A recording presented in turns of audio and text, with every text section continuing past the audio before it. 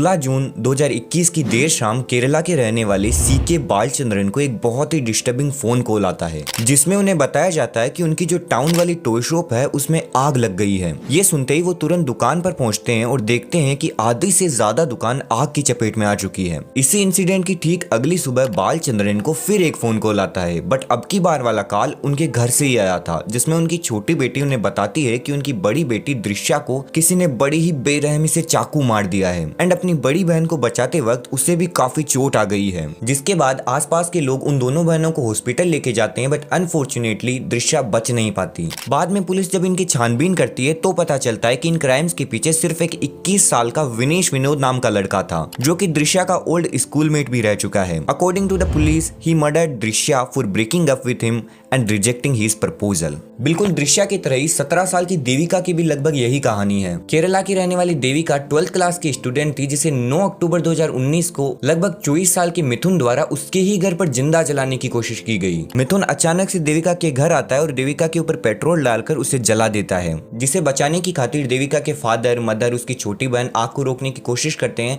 जिसमें उन्हें भी काफी इंजरीज आती है, बट अनफॉर्चुनेटली वो भी देविका को नहीं बचा पाते। The motive behind the tragedies of both Drishya and Devika is the same, rejection of love. Because किसी भी आदमी में रिजेक्शन एक नेगेटिव ईगो बूस्ट करता है, एंड कुछ मर्दों में जो ये नेगेटिव ईगो होता है वो एक तरह से पार्ट है टॉक्सिक मस्कुलिनिटी का। दृश्या और देविका तो सिर्फ 2 विक्टिम्स हैं। आज के टाइम रोज ऐसे हजारों केस देखने को मिलते हैं। ऐसी विक्टिम्स की एक बहुत ही लंबी लिस्ट है, जिन्होंने प्यार के नाम पर चल रही इस टॉक्सिक मस्कुलिनिटी के आगे घुटने टेक दिए। पापा पापा पापा सुनाई दे रहा है? बेरा नहीं हूं मैं। तो सबसे पहले हम बात करते हैं कि आखिर ये टॉक्सिक मस्कुलिनिटी होती क्या है, एक टॉक्सिक मैन आखिर कहा किसे जाता है। तो ऑक्सफोर्ड डिक्शनरी के according toxic masculinity means a set of attitudes and ways of behaving stereotypically associated with और expected of man, regarded as having a negative impact on man and on society as a whole. अगर simple words में समझाऊं तो masculinity का मतलब है कि हमारी जो सोसाइटी है ये मैन से एक टाइप ऑफ बिहेवियर की एक्सपेक्टेशंस रखती है। लाइक हमारे समाज में माना जाता है कि कोई भी लड़का active, strong, aggressive, tough, daring होना चाहिए, हेट्रोसेक्सुअल होना चाहिए, इमोशनली इनएक्सप्रेसिव होना चाहिए, उसमें ये बहुत सी क्वालिटीज होनी चाहिए, तभी वो एक मर्द बन पाएगा। अन्यथा उसे इस समाज में पार होने के लिए बहुत सी कठिनाइयों का सामना करना पड़ेगा। एंड मेल्स को ऐसा बनने के लिए socialisation, media, peers and a host of other influences like movies, web series, music, art etcetera के द्वारा फोर्स किया जाता है। उनमें मर्दों को इस टाइप से दिखाया जाता है जिससे लोग इन्फ्लुएंस होते हैं एंड इनके जैसा बनने की कोशिश करते हैं। परिणाम स्वरूप बहुत से लोग एक टॉक्सिक मैन की तरह बिहेव करने लगते हैं। जो लड़के इन सब चीजों को एक्सेप्ट कर लेते हैं, कंफर्म कर लेते हैं, अपने भीतर कुछ टॉक्सिक क्वालिटीज को बिल्ड कर लेते हैं, उनके लिए तो अनहेल्दी साबित होता ही है, साथ ही साथ उनके आसपास में रहने वाले लोगों के लिए भी हार्मफुल साबित होता है। बिकॉज टॉक्सिक मस्कुलिनिटी को violence, dominance, emotional illiteracy, sexual entitlement and hostility to femininity जैसी क्वालिटीज से रिप्रेजेंट किया जाता है। अगर किसी भी मेल में ये सब क्वालिटीज हैं तो उसकी मस्कुलिनिटी टॉक्सिक मस्कुलिनिटी में आती है। जब भी टॉक्सिक मस्कुलिनिटी के बारे में बात की जाती है तभी इसी से जुड़ा एक वर्ड आता है अल्फा मेल, जिसे डेफिनेटली तुमने इंटरनेट वगैरह पर कहीं ना कहीं तो सुना ही होगा। क्योंकि आज के टाइम बहुत से बॉयज अपने आप को अल्फा मेल, सिग्मा मेल की तरह क्लेम करते हैं, अपने आप को अल्फा मेल बताते हैं। बट ये जो वर्ड है अल्फा मेल, इसका स्टार्टिंग में टॉक्सिक मस्कुलिनिटी वगैरह से कोई लेना देना नहीं था। शुरुआत में इसका यूज किसी ऐसे पर्सन के लिए किया जाता था जो कि एक लीडर है या फिर कुछ लोगों को लीड करने का काम कर रहा है। अगर उससे भी पहले देखे तो इसका यूज जानवरों जैसे गोरिल्ला, भेड़िया आदि के नेताओं को रिप्रेजेंट करने के लिए किया जाता था। इसका कोई नकारात्मक अर्थ नहीं जुड़ा था। जिसके बाद अर्ली 90s में आते आते इस टाइम का यूज ह्यूमंस के लिए होने लगा, मोस्टली उन लोगों के लिए जो एक सक्सेसफुल बिजनेसमैन थे। बट आज के टाइम अगर तुम इस वर्ड को डिस्क्राइब करते हो तो ये हमारी सोसाइटी पर बहुत ही ज्यादा नेगेटिव इंपैक्ट डालता है। फॉर एग्जाम्पल, डेफिनेटली तुमने एंड्रू टेट के बारे में सुना होगा, जो कि एक फॉर्मर किकबॉक्सर है एंड खुद को सेल्फ प्रोक्लेम्ड अल्फा मेल बताता है, जिसके वुमेन्स को लेकर व्यूज एंड टॉपिक्स काफी ज्यादा डिस्टर्बिंग साउंड करते हैं। लाइक एंड्रू टेट भाई साहब का मानना है कि ये जितनी भी औरतें होती है वो अपने बॉयफ्रेंड्स एंड हस्बैंड्स की प्रॉपर्टीज होती हैं। अगर कोई आदमी किसी औरत को धोखा देता है, चीट करता है तो वो ऐसा कर सकता है, इसमें कोई गलत बात नहीं है। बट यही सेम चीज अगर कोई औरत करती है तो इसमें गलत बात है,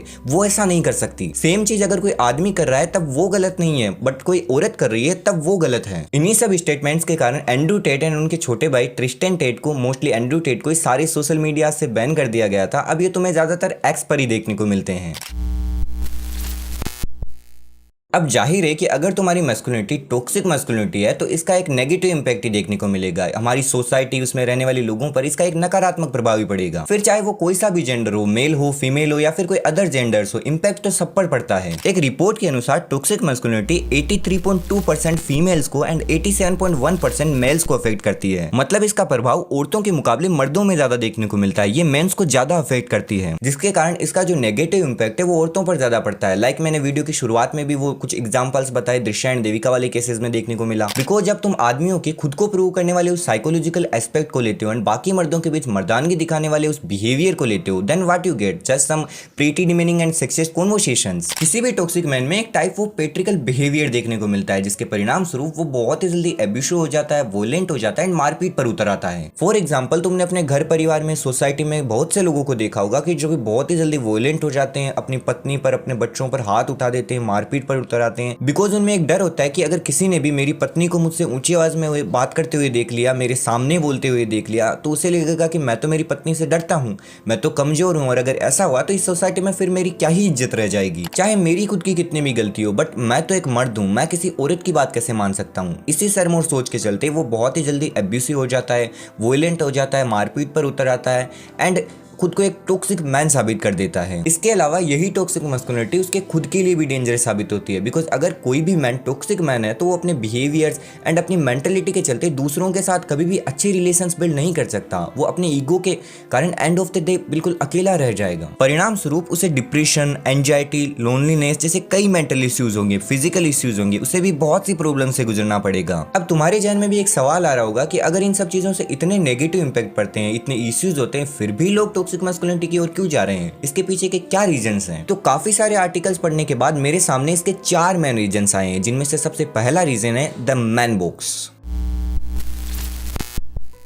इसका तात्पर्य है कि हमारी जो सोसाइटी है वो किसी भी मैन से कुछ एक्सपेक्टेशंस रखती है कि एक मर्द ऐसा होना चाहिए, उसमें कुछ हार्ड क्वालिटीज होनी चाहिए। हमारे समाज द्वारा मर्दों के लिए एक बॉक्स बनाया गया है। अब अगर तुम उसमें आते हो, उसमें फिट होते हो, तभी लोगों की नजरों में तुम एक मर्द कहलाओगे। एंड ये बात सिर्फ हमारे साथ ही नहीं है, ये सोसाइटी औरतों से भी कुछ ऐसी एक्सपेक्टेशंस रखती है। लाइक एक औरत को शांत, सहनशील होना चाहिए, पति की बात माननी चाहिए, घर का ध्यान रखना चाहिए, etcetera. Assistant principal Jaworski said, when a man does not conform to the confines of the box, others have a tendency to make fun of them. मतलब अगर कोई भी आदमी इन एक्सपेक्टेशंस को पूरा नहीं करता है, इस मैन बॉक्स के अंदर नहीं आता है, तो काफी हाई चांसेस रहेंगे कि दूसरे मर्दों द्वारा, सोसाइटी द्वारा उसका मजाक बना दिया जाएगा। उसे पता नहीं कैसे कैसे ताने दिए जाएंगे, किन किन नामों से पुकारा जाएगा एंड मेंटली उसे बहुत ही ज्यादा टॉर्चर किया जाएगा। फॉर एग्जाम्पल, तुमने बहुत से ऐसे लड़कों को देखा होगा जिनके दाढ़ी मूंछ नहीं आती, उन्हें इसको लेकर बहुत ही ज्यादा बुली किया जाता है, उनको लड़की, छक्का ऐसे करके मजाक उड़ाया जाता है। बिकॉज हमारी सोसाइटी में एक ऐसा पर्सपेक्शन बना हुआ है कि कोई भी मर्द है उसके दाढ़ी मूंछ होना तो नेसेसरी है, वरना वो कोई मर्द थोड़ी है। अब बहुत से लोगों को नहीं आती, इसके पीछे कई रीजंस हो सकते हैं। लाइक कोई जेनेटिकल प्रॉब्लम्स हो सकती है, कोई स्किन प्रॉब्लम्स हो सकती है। अब इसका मतलब ये थोड़ी है कि वो अपना जेंडर ही चेंज कर दे। इसके अलावा नहीं आती उनकी तो छोड़ो, मेरे तो आई हुई है मगर मैं रखता नहीं हूँ, इसके लिए भी मुझे बुली किया जाता है। इस हिसाब से तो मैंने भगवान श्री राम को भी कभी मूंछों में नहीं देखा, भगवान श्री कृष्ण को भी कभी मूंछों में नहीं देखा। इसका मतलब तुम उनका भी मजाक उड़ाते होंगे। इसके बाद दूसरा जो रीजन है वो है पैक मेंटलिटी।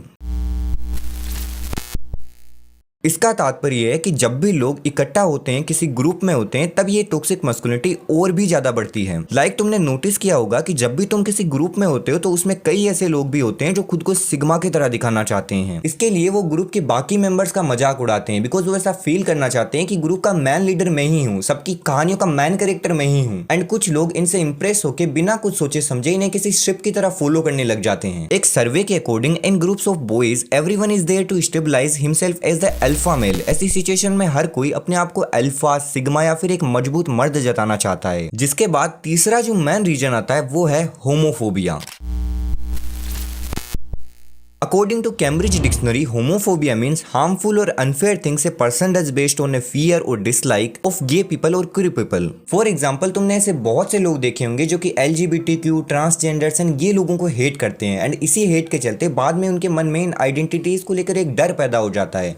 लाइक कि मैं अगर ऐसा बिहेव करूंगा तो सामने वाला कहीं मुझे गे ना समझ ले। एंड इसी डर एंड हेट के चलते वो कई दफा कुछ हार्मफुल थिंग्स कर बैठते हैं, जिसके परिणाम स्वरूप वो भी इस टॉक्सिक मैस्कुलिनिटी वाली टाइम में आ जाते हैं। Because the word gay is frequently being used as a synonym for bad, मतलब किसी का भी गे होना एक बुरी बात है, इसे बुरे के साथ जोड़ा जाता है, जिस सोच को साइंस में फ्लिपेंट होमोफोबिया के रूप में क्लासिफाई किया गया है। Similarly this phenomenon of casual homophobia LGBTQ community के लिए भी बहुत ही ज्यादा डैमेजिंग है, because referring to something that's bad as gay is putting the whole community down. ऐसा करने वाले लोग अपने आप को एलजीबीटीक्यू कम्युनिटी से अलग बताने के लिए उसे क्रिटिक करते हैं, गलत बताते हैं, बुरा बताते हैं, ताकि वो और भी ज्यादा मस्कुलिन फील कर सकें। कई दफा जब तुम बहुत ही ज्यादा चटकीले कलर्स पहनते हो, फॉर एग्जांपल पिंक पहनते हो, तो sometimes people call you gay for it, because वो उस समय डिफरेंशिएट करना चाहते हैं कि इन कपड़ों में इस टाइम तुम बहुत ही ज्यादा वीक लग रहे हो, and I am not weak. जिसके बाद अभी के टाइम टॉक्सिक मस्कुलिनिटी का जो सबसे बड़ा रीजन है वो है इन्फ्लुएंस। आज के टाइम लगभग हर इंसान डेली अपने दिन के 5-6 घंटे इंटरनेट पर बिताता है। अब वो उन 5-6 घंटों में जैसा भी कंटेंट कंज्यूम करता है, डेफिनेटली उसका उसके जीवन के ऊपर, उसके विचारों पर, उसकी पर्सनैलिटी पर एक गहरा प्रभाव पड़ेगा। अब अगर वो एक ऐसी रील देख रहा है जिसके अंदर कोई बंदा औरतों को ऑब्जेक्टिफाई कर रहा है, उन पर हाथ उठा रहा है, उन्हें एब्यूज कर रहा है,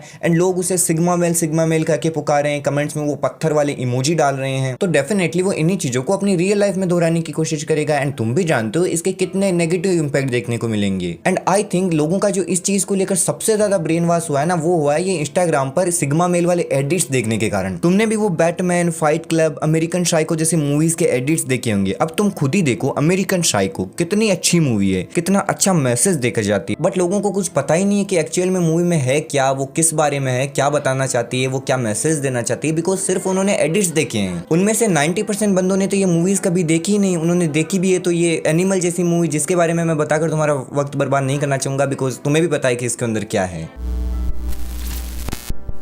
In my opinions, the idea that men have to prove their masculinity through dominance is totally ridiculous. हाँ, मैं मानता हूँ कि ये टॉक्सिक मैस्कुलिनिटी कोई आज की बात नहीं है, ये सदियों से चली आ रही है। तुम इसे हमारी हिस्ट्री में भी देख सकते हो। लाइक पहले माना जाता था कि औरतों को घर में रहना पड़ेगा एंड जो मर्द उसे रोटी खिला रहा है उसकी बात माननी पड़ेगी। Now trying to prove your masculinity through dominance and fear just has the opposite effect and makes more people avoid you. Because लोग तुम्हारे दोस्त इस रीजन से नहीं बनेंगे कि तुम एक सर्टेन ओरा कंसिडर करके चलते हो, वो तुम्हारी पर्सनैलिटी, तुम्हारे कैरेक्टर, तुम्हारे बिहेवियर को देखकर तुमसे अट्रैक्ट होते हैं। देखो, मैं भी मानता हूँ कि मैस्कुलिनिटी में कुछ भी गलत नहीं होता, बट तुम्हारा इसके पीछे का जो मेन फोकस है वो किसी के ऊपर प्रूव करना नहीं होना चाहिए। इनफैक्ट इसे तुम्हें खुद के लिए भी प्रूव करने की कोई जरूरत नहीं है। एंड एक बार अगर तुम इस सोच से बाहर निकल जाओगे और देखोगे ना, तो दुनिया बहुत खूबसूरत लगेगी। खैर, मुझे लगता है कि आज के वार्तालाप को हमें यहीं समाप्त करना चाहिए। बाकी इन सब पर तुम क्या ओपिनियन रखते हो मुझे कमेंट में जरूर बताना। मुझे इंस्टाग्राम पर भी फॉलो कर लो, वहां पर भी मैसेज कर सकते हो।